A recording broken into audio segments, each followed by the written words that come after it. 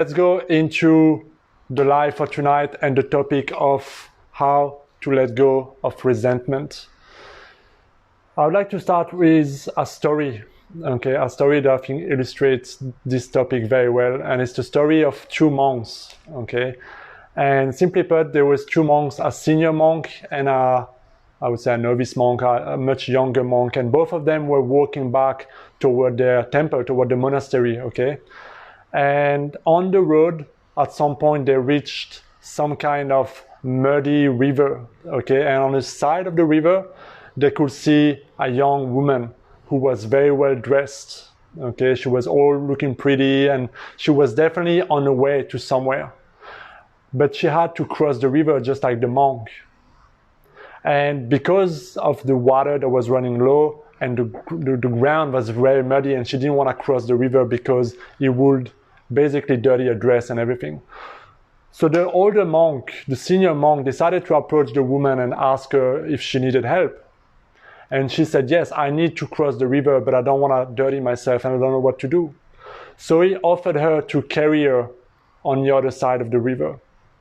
And this is a bit of a big deal because technically monks are not supposed to touch women, But he did it anyway. He picked up the woman and he carried her on the other side of the river and then dropped her there, thanked her, and then he carried on.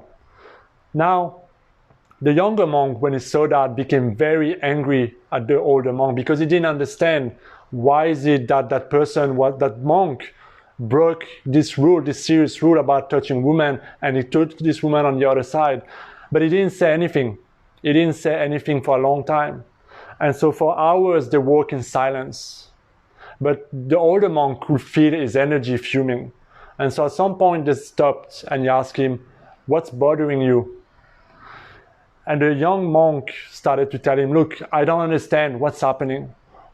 Why did you do such a thing? Why did you pick up that woman? Why did you touch a woman when we're not supposed to do all those things? And the older monk simply replied, look, I carried that woman across the river and I let her go there. But you are still carrying that woman with you right now, hours after this happened. And the moral of this story is that sometimes a lot of us, and including myself, things happen to us. People treat us a certain way, they do something, they don't do something, they don't meet our expectations, big things, small things, and we tend to let those things affect us. And we start to dislike them, we start to hold some kind of grudge or resentment build up toward them. And if we don't deal with that resentment, it just builds up. And then we carry that resentment with us, and then it turns into dislike. And if you carry it even longer, it can even turn into hatred. And a common example of this is, if you look at most relationships, it all starts in love. It starts in love and in likeness, and people are very fond of each other, right? But what happened before they break up? There's a lot of resentment. Both people hold a lot of resentment for each other. Why? Because of the little things that happened, because of the little things that didn't work out, because of the challenges, because of the problems. And those little resentment build up on top of each other and they were never dealt with. And at some point it becomes so difficult that we cannot live with it. That's one example. Another example could be a person who's complaining of the same story, and they're telling you the same story about why their life is the way it is, about what happened to them 5 years ago or 3 months ago at work, and how someone got the promotion instead of them, and how it's unfair, and how it's poor them because of what happened. And really what's happening inside of them is that they have all this toxic energy. They want the attention, they want to be. It's almost like we want the other person to notice how we feel. And we want the other people to apologize in a certain way or make things right, because we believe that we are right. And I can relate to that with so many personal stories, even simple things like argument that I used to have as a teenager, for example, with my brother. Over simple things that led to a lot of resentment and anger toward him because Well, first of all, I've never voiced it out. And second, I was expecting him to see what he did wrong. And for so long, I was holding on to this frustration about something so little that grew so much that it was actually affecting me more than what happened initially. And I think this is a bit of so much important, because if you look at your life right now and you look at where you are, and if you have any form of resentment, any form of grudge, any form of anger toward another person, I think one of the main questions you can ask yourself is this really worth it? Is it worth it to carry that anger, that energy, that toxicity with you? Because one thing we have to realize is that we are the only person who feels this way. The person who might have said something bad to us or treat us unfairly, or no matter what happened, right? The other person may not be aware of how you feel. But when you hold on to this resentment or this toxicity or this anger, it's affecting you. You're the one who suffers. You're the one who go around carrying all of this with you. And you may expect the other person to come and notice and apologize, but very likely they're not even aware. Very likely they forget what happened, because for them it's not as important as for you. And that's the bitter truth, is that we're waiting, but we don't even know what we're waiting for. And it just becomes a way of being. And the sad truth is that because we hold on to so much grudge or resentment or whatever, it actually affects our relationship around us. It affects our behavior, it affects our mood, it affects our attitude. And people around us who have nothing to do with it may become affected. A classic example of this is, let's say, you go into a relationship, it ends up badly, the person treats you badly, maybe they cheat on you, maybe they do things that were not nice, okay? And you feel like a lot of anger or dislike or break of trust toward that person, okay? And then you go into a new relationship and you still have all of this resentment hold on into you, and you look at the new person through the eyes of the past, and you're expecting the other person to treat you the same way. And so unconsciously you're projecting your past story to the new person, and because of that you're actually clouding that relationship that you have, and you don't really give it a chance, because it's doomed to fail and you're doomed to pollute and create toxicity, because that's what you're bringing on. What you give out is what you're going to receive. So holding on to any kind of resentment is usually serving no purpose. We may rationalize it about we're right, and it wasn't fair, and it wasn't right, and why me kind of thing. And yes, that's unfortunate, because sometimes, if you get bullied for no reason, or you get treated unfairly, or you get cheated on, or all those things are not nice. I agree, right? Like, nobody likes to be treated this way. But then what? Then what do we do? Are we going to spend the rest of our life reminiscing about what happened and what people did to us? Or are we going to decide to move forward in an empowering way? And so that's what tonight is about. That's what I want to share. 3 steps about how you can emotionally move out of any form of resentment, of grudge, or dislike that you may have toward a person or situation that you still have within you, okay? Those 3 steps they may not be easy, because sometimes it's not easy, okay? It's not easy. It's easier said than done. But if you have the intention to move on, if you have the intention to let go, it will happen. That's for sure. So the first step is to accept whatever happened. Accept what is. What you resist persists. Okay, sometimes we are in denial of what happened. We don't want to accept the fact. We don't want to accept what we did, what other people did, how they treated us, how we treated them. And it creates all that resistance toward what happened, because we feel like it's unfair, because we don't want to face it, because we don't want to deal with it. But acceptance brings freedom. Acceptance of, okay, this is what happened. This is how I felt. This is how I feel. Okay, what do I do now? Am I gonna let it control me? Or am I gonna control it and decide and choose what it means? One way you can also think of this is that we tend to take things very personally sometimes. Okay, you get somebody maybe like, in very simple ways, we assume that people mean bad things toward us, or that it's because of us, or it's because of something we did, right? And all that expectations about, we take too much, importance on ourselves. We take things too personally. We let little things affect us in big ways. Like, it's a common example is somebody who's driving a car and somebody just like does something and they go into road rage, right? And they go crazy angry. It's those little things that we let like get the best of us, that ultimately have no impact on who we are. So realize that nothing is against you.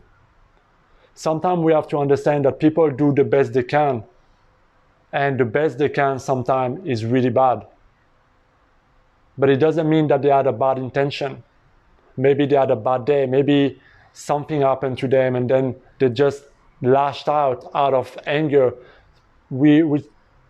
By trying to understand where the other person is coming from, it can also help you understand and gain some perspective, some flexibility into the situation. Maybe they didn't show up that day because something happened to them, or maybe they were very tired, or maybe something happened, right, that we're not aware of, that if we were to know, could actually change our perspective on what happened and accept the situation. So the first step that I invite you to do is always to accept what is. Accept the situation, choose what it means to you, and then move on.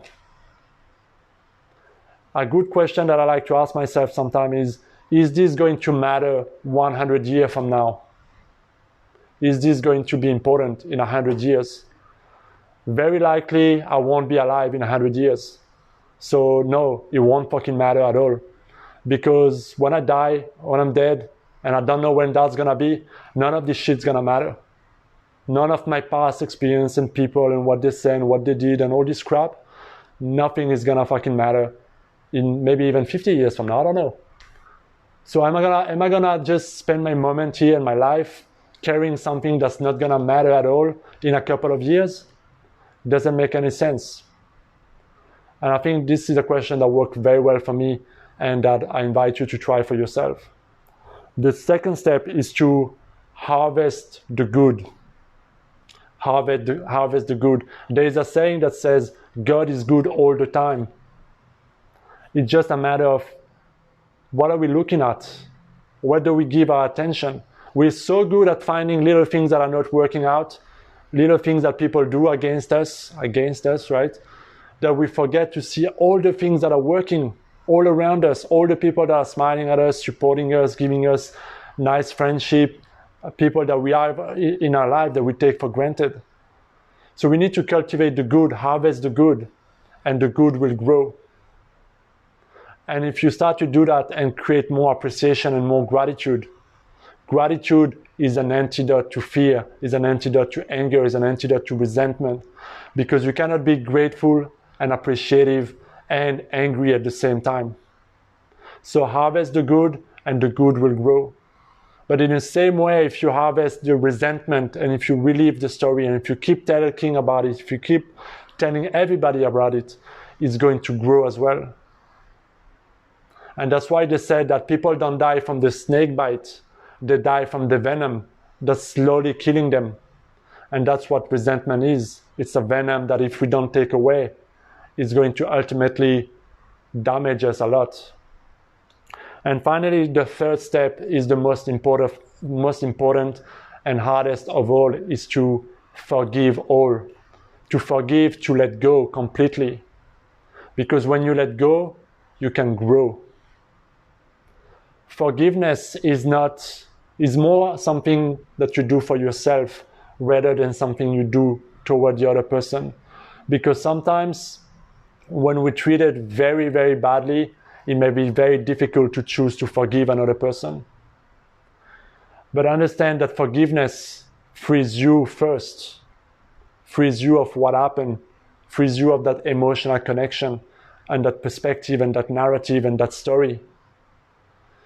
So by choosing to take and be the better person and to forgive and to send love and forgiveness to that person, you break the bond of the pain and the suffering and the resentment that were built on.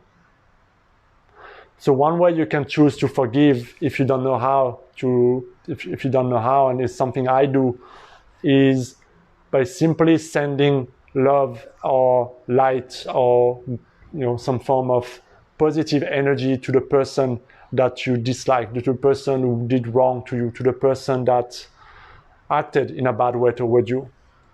See them in your eyes and just send them some positive energy. And just tell yourself that you forgive them for what they did. And that you forgive yourself as well if you need to. Because sometimes we hold on a lot of dislike toward ourselves for the things we did, for the regrets we have, for the guilt, for the shame, for the things we've done. So it can be very freeing as well to forgive yourself for the mistakes you've made in the past. Okay? Because forgiveness brings growth. And as long as you cannot accept and bring forgiveness, you will be stuck in the past. And if you're stuck in the past, you're going to create more of the same experience in your future. Because what you are is what you attract, is what you bring more in your life.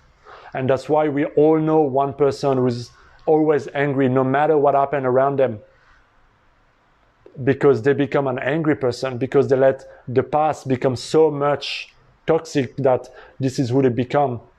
And this is who they continue to create. So avoid this trap, let the past go, so you can grow.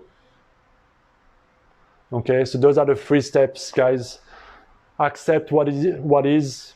It is what it is. You cannot change the past. You cannot change what happened. What you can change is how you choose to respond to it. The second is to harvest the good. God is good all the time. It's a matter of what you focus on. It's a matter of what this means to you. Don't take things too personally, because no matter what happens outside of you has no bearings on who you are, who you really are. And ask yourself, in 100 years from now, will this matter?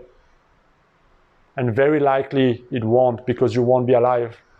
And so if it won't matter when you're dead, why does it matter now? Why does it matter now what happened? Choose to give yourself a clean blank page and start over. And the third one is to forgive. Let go so you can grow. Send love to people who have done things to you or that you hold dislikes. Forgive them. Send them gratitude, because the people who hurt you are people who are hurting themselves. Nobody who's not hurt is usually hurting you. It's people usually who have a lot of pain and suffering within them that don't know what to do, and they carry on hurting other people. So break that circle by giving love and being a better person. All right, guys. So those are my 3 steps that can help you let go of grudge and resentment and free yourself. So I hope that was helpful. If you have any questions, I'm happy to answer them. And if you have exactly heck it kid, accept what it is. Don't take things personally. Harvest the good and forgive all.